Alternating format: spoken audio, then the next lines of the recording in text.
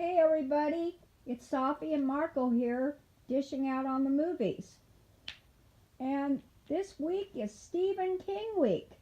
And I want to talk just a little bit about how we decided to do Stephen King. A very obvious choice, but for some reason not to us. 1 year ago, we traveled to a family gathering in Streetsboro, Ohio. That's a real place. While there, Shirley, my older son's mother-in-law, told us that while her daughters, Stephanie and Brittany, were growing up, she and they would often spend time watching Stephen King movies. Thanks to her for giving us the idea to spend this wintry few weeks reviewing a few of King's movies, beginning with The Stand, starring Gary Sinise, which is Shirley's favorite Stephen King movie and book. Technically, The Stand was a TV miniseries that premiered in 1994 in 4 parts. Part 1 is called The Plague, 2, The Dreams or Dreams, Part 3 is The Betrayal, and finally Part 4 is called The Stand. And we're going to review it for you today. Does that title ever make sense? Yeah, they're standing up Who? to the bad guy. Okay. Whatever you say. And at the end of the review, I will reveal not only will we reveal what we thought about it, but also I want to tell you what Shirley thought about it too. And also what Stephen King thought about the book. I'm not sure what he thought about the miniseries.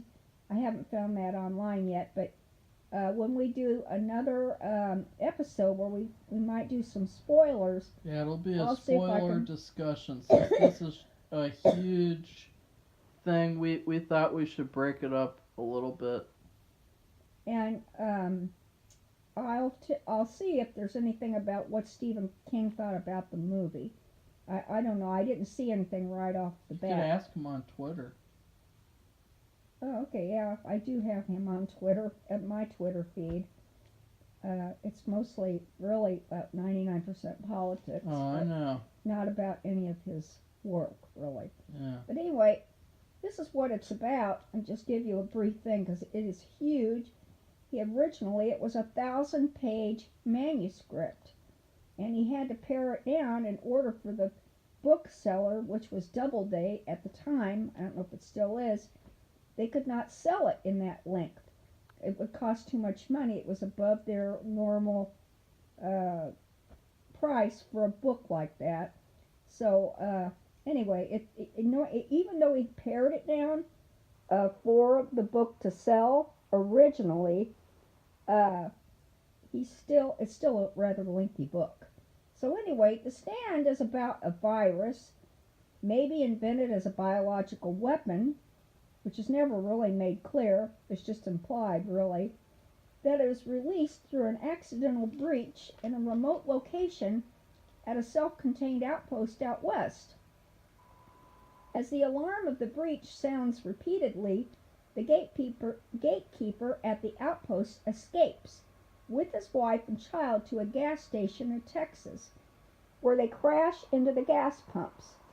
The wife and child are already dead, and the gatekeeper is dying. Sorry, still have this thing. Everyone at the gas station, which is located in a small town in Texas, crowd around the wrecked car, thereby exposing themselves immediately. Immediately, too, the Army races out to the small Texas town to lock it in to prevent further spread of the disease, because, according to the military researchers at this Vermont Disease Research Facility, they say that the virus is like 99% contagious, which at first manifests itself as a cold or flu, and then rapidly consumes the person until they're dead. Finally, everybody all over the U.S. is at risk and start dying off fast. But fortunately, some like Gary Sinise, who plays Stu in Texas, is immune. Those who aren't immune start having Those who are immune, like Gary or Stu, start having visions either of a woman named Mother Abigail, who lives in Nebraska, or of a devil-like person named Randall Flagg, who is based in Las Vegas. After all the main characters are introduced, like Gary Sinise as Stu, Molly Ringwald as Francine, and Rob Lowe as Nick Andros, those are just a few. There are several characters in the movie. We see them trek to Boulder, Colorado, where the old lady is now based, or Las Vegas, Nevada. From there, it's a fight between good and evil and who survives and who dies, which will surprise and or infuriate you. It's a very compelling story, and the acting is impeccable. I thought it was believable and interesting. And I'll say some other things, but I want Marco to talk about it now.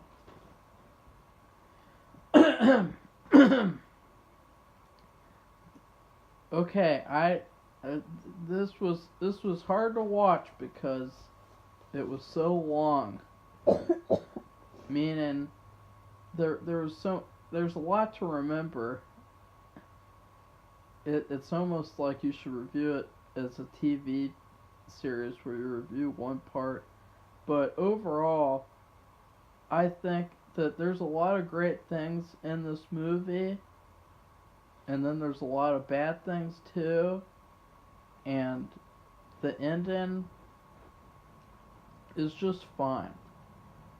So the ending could have been better. The rest of the movie, there's a lot of good stuff in it. The villain in particular is one of the better Stephen King villains. I don't know what people talk about. He was miscast. I completely disagree. I thought he was great in the role.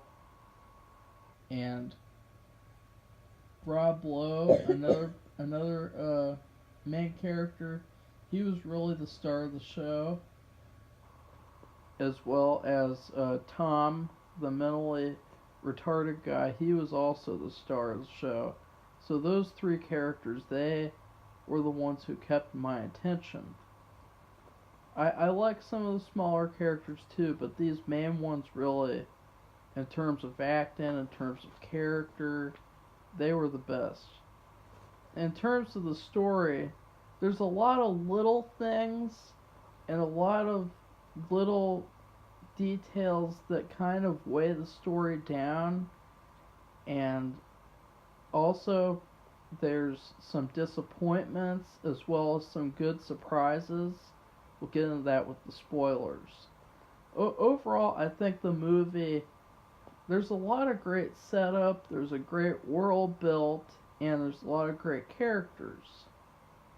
But that story did not follow through as good as it could have because of Stephen King and his usual isms that are in all of his works, such as religious stuff, such as nerd stereotype. I mean, lots of stereotypes in terms of the stereotypical bully, and a lot of and oh yeah, Southern people are stupid and evil, and they're Nazis and they're racist, and because they have one scene where there was a guy with a Confederate flag on his wheelchair, and then they made the symbols for the bad guys like Nazi symbols and just all sorts of stuff like that. Typical Stephen King writing. There's lots of cheesy moments. There's lots of relationships that you're like, why do they need to be in a relationship? And then the bad guy. There's a lot of typical stuff with Stephen King with how he's portrayed and stuff like that. It's hard to talk about this without going into detail. So, what do you think, Safi?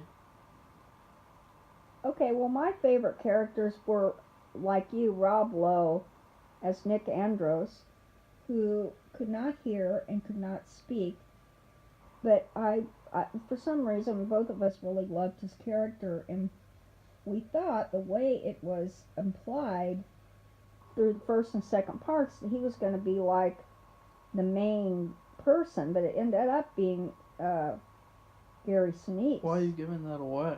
Well, I didn't not saying anything else. And then my Oh, other okay. favorite characters were Bill Fagerbakke, which I don't know if that's how What you the- pronounce it. He played Tom Cullen. What the?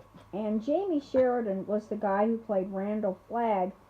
And I don't know if you know him, but in a couple of years ago, he's the father of oh God, I can't even think. One of the NCIS agents. He's a naval officer, admiral, and he gets cancer and he passes away. But that, he's older now, but You like him. he is very. I thought he did an excellent job. You like him a lot. As the villain. Actually, the woman Ruby Dee, who plays the good lady in Nebraska, and Jamie Sheridan, who plays the bad guy Randall Flagg, they both did an excellent job. That's what I said. The acting is So really good. You like Randall Flagg a lot, though. Well, I just thought he did a good job. And then Ray He's- Walston. He's a great figure for Women's Day. Yeah, okay. Ray Walston played Glenn Bateman, and he was like a professor, and he was kind of like He was the cool. very cool-headed He was voice one of the cool reason. side characters. He also had a golden retriever dog, which was in almost the entire movie, which was kind of like a constant, positive constant that was in the movie, and I really like that too, because I was always afraid that something bad was going to happen to the dog, which I know sounds really weird, but that's just something that I So you care care about. about the dog, but you don't care about the rat that was in the prison cell. He's gonna eat it. No, I don't care about the rat Oh, because I okay. knew it was a. Just because it's a Nothing. rat? I like the That's living sick. golden retriever. Oh, okay. That. What did they call the golden retriever? I don't know. I can't even remember. I wasn't paying Sorry. attention to that. One thing that Marco and I did talk about that, well, it seems to matter or be important enough for us to think about or know is the music. Usually, what I have are more modern day examples to refer to, but like the Black Panther movie, that's a real modern example, and the Batman movie, well, several movies, but what is it? The Batman The Batman movie. the Batman up. The Rise is what within Yeah. the title. They have a very good soundtrack which covers the entire movie. Of course, these are shorter movies. This was in 4 parts, 2 hours each, and that's a lot. The movies that Batman and the Black Panther weren't 6-hour movies, but the music in this movie or this miniseries is very spotty. All of a sudden you might hear some little And song, it's rare. and it's not very, doesn't happen very often. And don't give me the excuse that this is 6 hours, because there's TV shows, they go on for 30 plus episodes, they have tons of music in them, and sure there's some repeating music, but it was very lazy for them to just skimp out on the music, especially since someone is in charge of it. Why would they? They look at the movie and they create music, and they really thought that what they did was enough. And they could have, they could have done so much more with it. They didn't even have to invent new music. They could have, they could have used old songs with compelling lyrics that kind of went along with the theme of what was going on, which has happened in movies. So that I can think of, the one with Nicole Kidman, Moulin Rouge is a great example of that. So with Nicole Kidman. So anyway, that was just kind of one, and that has nothing to do with Stephen King or Well, the his writing, story. the writing is another problem though, because there are characters that we're supposed to care about, like Gary Sinise and Molly Ringwald, and honestly, I didn't care about either of them, because Gary, although he was very likable, and he's a great person to want to follow, he didn't really have a character. The only character that he really had was in the beginning where he didn't get sick, and they were like, "Why aren't you getting sick?" And he had to fight against that. Like, he really didn't have a character. And Well, then then Molly Ringwald, she's a brat. She's a horrible actress. Her character's a brat, and she doesn't really have a character. She's not likable. And then you have other characters like Larry the singer, and he's not likable either. He's just kind of there. I mean, I guess he's okay, but he's just kind of there. And that's the problem with a lot of these characters, is they're just kind of there to do whatever the plot needs them to do. to move the plot. Like at one point, Gary's character gets these psychic powers where he can taste gun smoke or whatever in his mouth, and that just came out of nowhere, and all sorts of things like that. But there's a lot of good stuff in this movie. Don't think about it like this is a bad movie. It's very mixed to good, not mixed to bad though. So. Well, my theory is, since neither of us read the book, it could be that in the book the characters are a lot more well developed. I don't And think since it's so. a movie, it could be because of the movie that they don't, they're not, Because there's not very much backstory to them, and you're like, where'd these people come from? I Why are read I just have no idea. I can't say. I read that Stephen King added in another scene with Molly Ringwald's character in the extended edition of the book, and to give her more character. And so that shows that even in the book she doesn't have a character. Basically, she just exists to make babies. I mean, she's like a horrible female character. Her character is so ugh. And then you have one of the bad female characters, and even she's a little bit better because she has more to her. She does more things besides sit around and make babies. Well, there's a lot more to her. Yeah. A lot. So, What do you think? Do you agree that that was basically all her character did? I guess so. She's a. They show her at the beginning, and she lives with her father, and he passes away, and she buries him. I mean, she's a devoted daughter. I mean, there just isn't much to her, really. Not, and she. I'm just trying to think what else. And I I don't know what thought she even does. I thought she was gonna be like one of the main characters too, from the cast list Yeah. on IMDb. Basically, she was The bad girl. The bad just girl popular. has more Yeah. for, except for maybe the old lady who plays like the emissary of God. I don't know what else to call her. She and the bad girl have more of a character development than any of the other girls. Yeah, the bad girl, she actually, I don't know, her character's a little inconsistent though, because, I can't talk about Well, it that. doesn't matter, really. She's inconsistent. You're supposed to feel one way about her, then you're supposed to feel another way about her, and it keeps going on and on and on. And then the end of the movie, I was very underwhelmed. I thought it was just an okay ending. The title doesn't really make any sense at all. And No, I don't agree with that.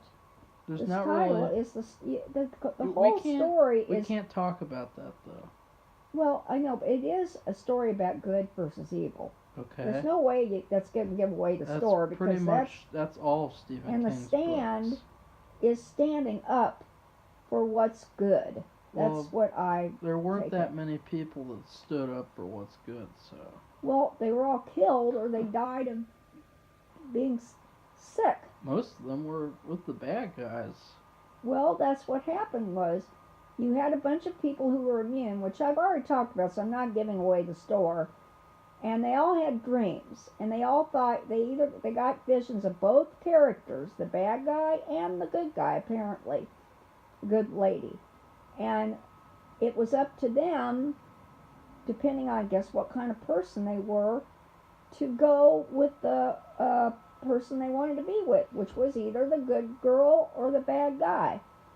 So you couldn't go have everybody go with the good guy. There wouldn't be a story. So you have some people going with the good person, some people going with the bad person. So and then The Stand was the good people standing up to the bad people, or not the bad people, the bad guy. Didn't really do that. At least that's the way I took it. All Molly Ringwald's character did was sit around with having a baby. So they didn't want her to go, but we can't talk about that. About what happens in the near the end, what the final showdown, how that comes about. The final showdown. Well, that's what it is, really. Well, it's not really just one thing; it's multiple parts to it. So it's enjoyable for what it is. It's a TV movie, and it has a lot of TV movie moments, but it is better than Storm of the Century. I like Storm of the Century. And it's better than that shitty Shining remake. I like the Shining remake. Yeah, that's because your taste is kind of... Well, I like both. They're very different from each other. So you're saying that The Stand is different from The Shining? Yes. No. Okay, well, anyway, I wanted to tell you what Shirley thought about the movie. I think Rose Red is slightly better than all of them. Well, Rose Red is my favorite, and we will be talking about that one this week. Yeah, so what did Shirley think of Shirley says, the Not Really quote, Stand? I really enjoyed this movie because, I put that word in, it was pretty faithful to the book. The actors brought the characters to life almost as I envisioned them when I read the book. Stu Redman was my favorite character, and Gary Sinise's portrayal of that character was spot on for me. And then I just wanted to bring it up. I did find out on YouTube there was an interview with Stephen King. Now, I told you I do not know yet what he thought about the movie. I may ask him, because I do follow him on Twitter, but it's like mostly 99% a political thing, so I don't know if he'll answer me because this is about his work. Anyway, he does not. The Stand was not Stephen King's favorite book, at least when he did this interview. He liked the book, don't get me wrong, but it wasn't his favorite. Now, he doesn't say in the interview what his favorite one is. Maybe he says it in another interview, but just not in this one that I just looked at. But he did say, too, I wanted to add that he thought that The Stand was his readers of his books, their favorite book of all his books, at least at that time. I mean, the guy is so prolific. He's written so much, probably since then. He's probably written 200 books since that time. So, that could all be changed. But at the time he did this interview, this is what he thought and what he said about his readers. So, now, Shirley, being one of his readers, she today thinks The Stand, believes The Stand is her favorite book of his. So, anyway, that's what I just wanted to That's say. all what she said? Yep, that's all what she said. Well, it sounds more to than me... what people have said before I've had participate in these reviews. Well, I wouldn't say something like that on camera. It sounds like what she's saying is that the character is a real character in the book, and Gary brought the character that she read to life, which makes sense, but that doesn't excuse the movie's writing of his character. So I guess he's got more of a character in the book, but in the movie he's not. He's more of just like the stereotypical hero guy. I mean, at one point, people keep saying like, "Yeah, you're the man, you're the male we need," or something. Yeah, they weird do. like They that. do say stuff like that. I'm not saying that because of feminism shit like that. I'm just saying No, they because say that. cheesy dialogue. Both Marco and I really love the Rob Lowe character. Yeah, he's And the best so- character. And so we were a little disappointed, but he does come through at the end in a dream. I can't say anything else, but Yeah, you're already spoiling it. but so might anyway, as well. we were hoping that he was going to be the main hero all throughout the movie, like Gary Sinise was. He wasn't really a hero either. No, because he wrote, well, can't say. God, Anyway, Sophie, I have you bronchitis, have no so it's respect for our contributing, viewers. contributing to my fallibility. That's weird. So anyway, I will contact Stephen King on Twitter and see if I can get him to comment on the movie. And So if what he are your- doesn't, there's what- nothing I can do about it. What are your overall impressions? I think that the first part is kind of okay. It's kind of slow, and then the second part is the best part, and then the third part is trash, and then the fourth part is pretty good. So Well, at first it goes I up thought and the down. first part I didn't care for it, and I was really forcing myself to watch it. I have so much to do. I have so many things that I have to do in many different areas, and I'm doing this, and this was Shirley's favorite, and I wanted to be. I'm doing my job, so I stuck with it, and it seems slow on the uptake, meaning to develop all this story. You have Stu Redman, Gary, he's immune. They want to know why he's immune, and this just goes on and on and on. It drove me crazy. And then it got better because he gets away, and I can't say anything more about it, but it gets better in the second part of the first part. And the And then third you have part, the second part with the dreams. There's still some slow on the uptake, no, there's not. I think, a little bit, but they're all At the beginning, getting together. They all have to go to certain places, yeah. and so you've got that. So they're all and they're not just. You don't have just some people from Texas or some people from Cali, or they're from all over the country. And they walk. And they show. They're They the show all Walking these Dead. different places, all these different people in different places. I mean, all over the country, east, west, north, south, coming together, either going to Boulder or they're going to Las Vegas. In real life, they wouldn't be doing that because they don't have any dream where they can have communication with someone. And then third part is Bad. it's very Terrible. upsetting. Yeah. Because it's called The Betrayal, and there's a reason for that. And I'm not going to say anything else, but that's very kind of upsetting. And then the last one, it's like reading a book and you can't put it down. I thought it was really, really good. And in the end, it's very quiet. Like Marco didn't put it that way, but I would call it very. I said it was Quiet. underwhelming. Yeah, well, it's very quiet and underwhelming. I just don't know what they could have done because the climax of the movie doesn't happen at the very end. There was It a lot happens of like 3/4 of there was the a lot of last part. predictable predictable stuff in the movie too. Like with the betrayal, I knew who was gonna be betraying in the second part, like at the beginning of the second part. So it wasn't really much of a betrayal in the sense of like, oh, this is really heartbreaking. Someone is betraying the group and turning evil. Like it wasn't like that. It was like you knew all along, and so that just kind of made it.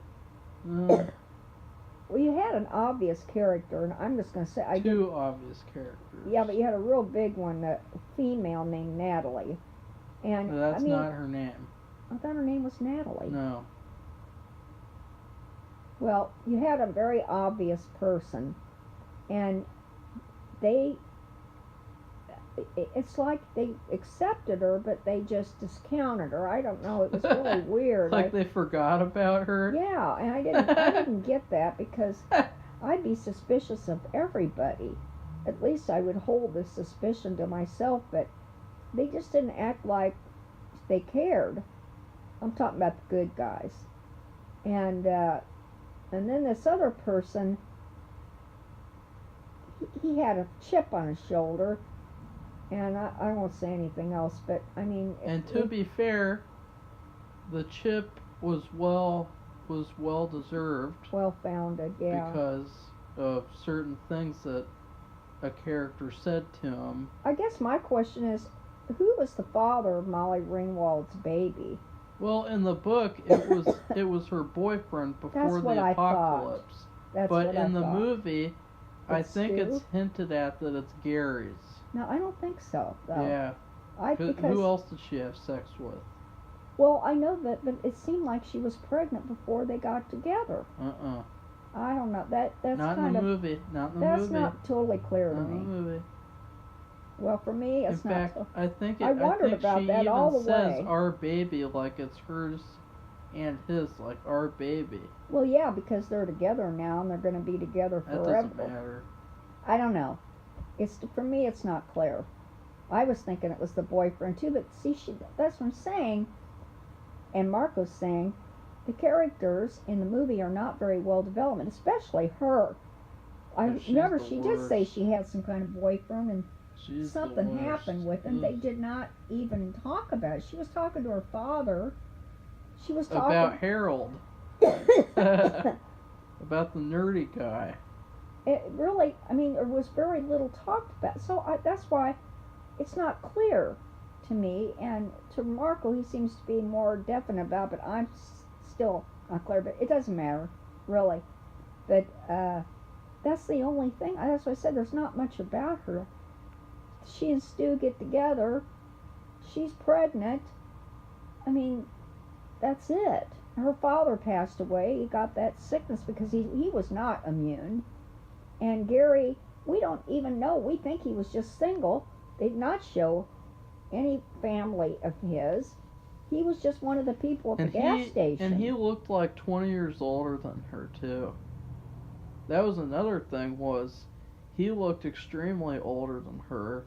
She looked ugly and Marco, that is wrong to do that. Yeah, but her ugliness has to do with like, oh, she might be, you know, older like he is, and like because she dyed her hair, like she's trying to cover it up that she's getting older, and what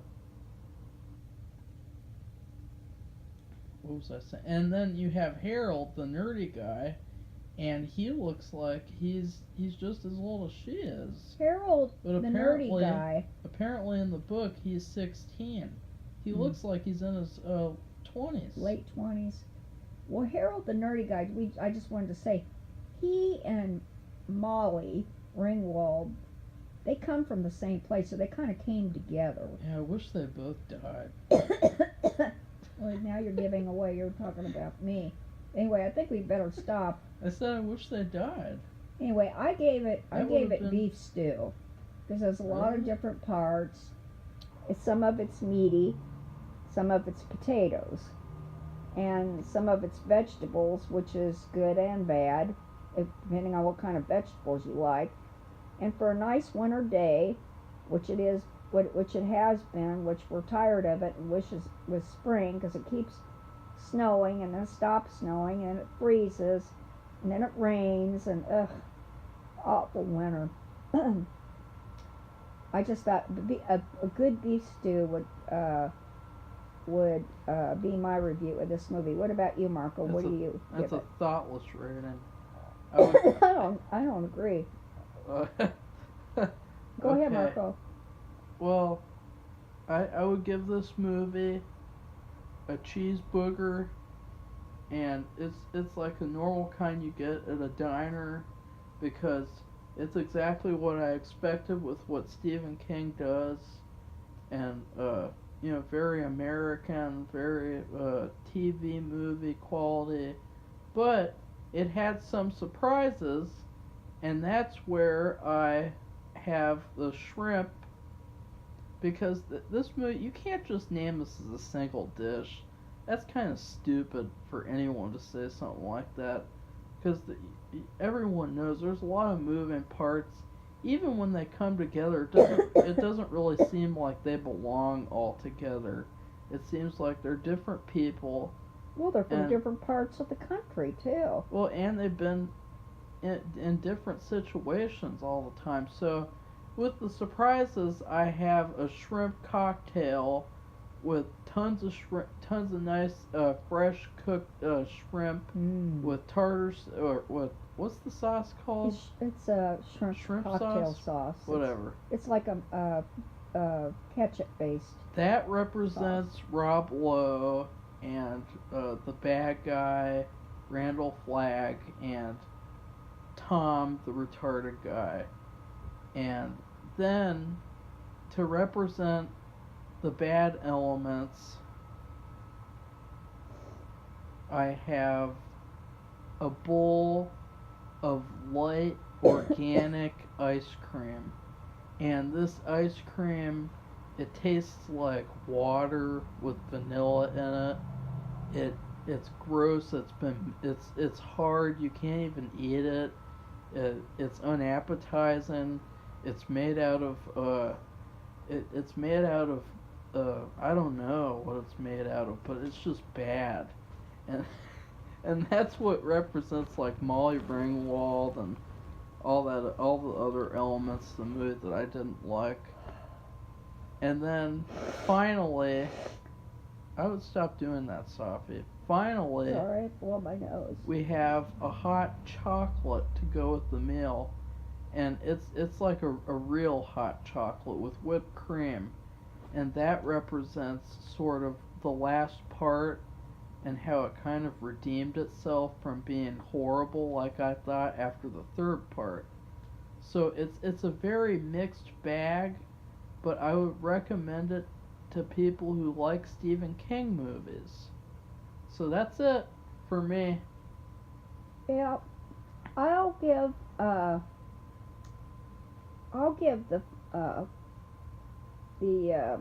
big, what would you call it? The showdown. I'll give that a chocolate mousse, because that was pretty spectacular, and but the rest of it, I'll give it a beef stew. So that's it, and we'll be back on Sunday to give like a spoiler discussion, but I don't know how much more we can discuss, but I know. I'll see by then. I hope maybe Stephen King will get back to me. I don't know. Maybe I should preface with something political. We both have. Well, a lot He's of very people, radical in his I'm pretty radical myself, but he is. A lot of people. He's a millionaire. On if YouTube, he can say more than I can. A lot of people on YouTube, when they watch the movie, they compare the villain character to someone. Which is weird because they're nothing alike. No, they're not. So anyway, not goodbye everybody. Bye everybody.